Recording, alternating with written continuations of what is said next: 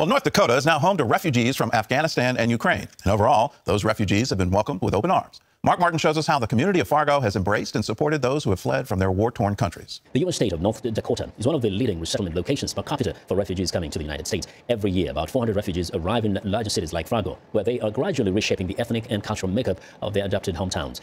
Data from the American Immigration Council shows North Dakota has a small but growing community of immigrants, with many coming from the Philippines. The council's latest figures show immigrants comprise 6% of the state's workforce in 2018.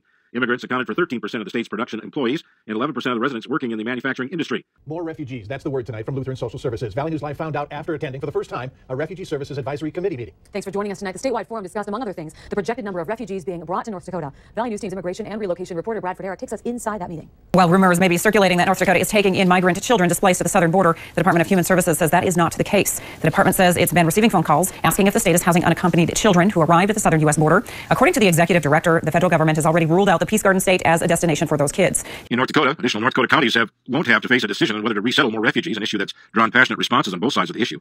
Burley, Grand Forks, and Cass counties have voted to accept additional refugees. Lutheran Social Services, which handles all of the North Dakota's refugee resettlement cases, says it will not be asking for consent from any more North Dakota counties because it resettles refugees only in the state's 3 most populous counties. While much of the nation's attention is on the southern border, agents detained 15 people at the northern border today near Nichey. The Border Patrol says this makes 34 migrants detained in 2 weeks. Kirsten Mayday tells us more.